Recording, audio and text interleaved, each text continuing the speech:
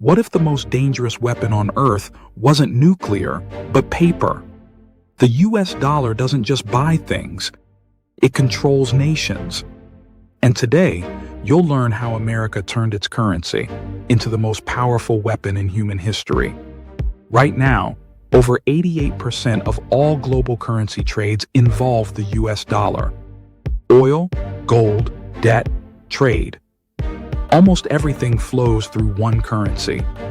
But here's the real question. How did one country's money become the center of the world? In 1945, the world was shattered. Europe was destroyed. Japan was ruined.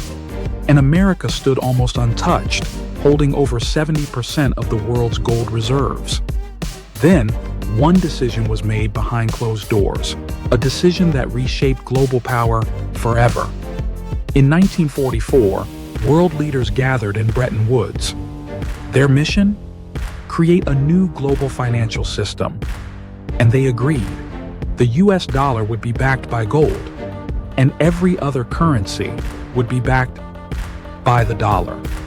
The dollar became the world's anchor. At first, it worked. The world rebuilt. Trade exploded.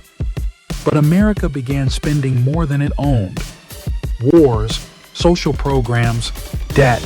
Dollars were printed faster than gold could support. And soon, the system started cracking. Then came the moment that changed everything. In 1971, President Richard Nixon made an announcement. America would no longer exchange dollars for gold. The dollar became pure trust, pure power, pure control. This was called the Nixon shock. Now America had a problem. If the dollar wasn't backed by gold, what backed it? The answer was oil. The US made a deal with Saudi Arabia. Oil would only be sold in dollars. So every country needed dollars to survive. Thus, the PetroDollar was born. And here's where it gets dark. Because once the world depends on your currency, you can control the world without firing a bullet.